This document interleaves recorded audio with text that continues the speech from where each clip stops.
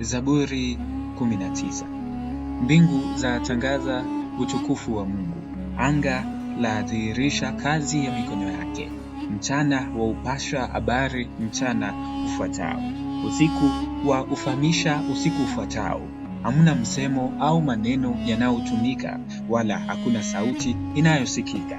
Hata hivyo, sauti yao yaenea duniani kote, na maneno yao yafika kingo za ulimwengu. Mungu ameliwekea jua makao yake angani, nalo hutoka kama bwana harusi chumbani mwake. Lafurahi kama shujaa aliye tayari kushindana. Lachomoza toka upande mmoja na kuzunguka hadi upande mwingine. Hakuna kiwezacho kuliepa joto lake. Sheria ya Mwenyezi Mungu ni kamilifu, humpa mtu uhai mpya. Masharti ya Mwenyezi Mungu ni thabiti, huwapa hekima wasio na makuu. Kanuni za Mwenyezi Mungu ni sawa, hufurahisha moyo. Amri ya Mwenyezi Mungu ni safi, huelimisha mtu. Kumcha Mwenyezi Mungu ni jambo jema na la kudumu milele.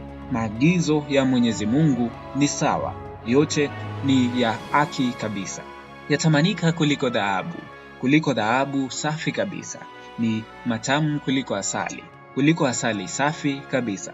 Yanifunza mimi mtumishi wake kuyafuata, kwa niletea tunzo kubwa. Lakini nani aonaye makosa yake mwenyewe? Ee Mungu, niepushe na makosa nisiyoyajua. Unikinge mimi mtumishi wako na makosa ya makusudi. Usikubali hayo yanitawale. Hapo nitakuwa mkamilifu, wala sitakuwa na hatia ya kosa kubwa.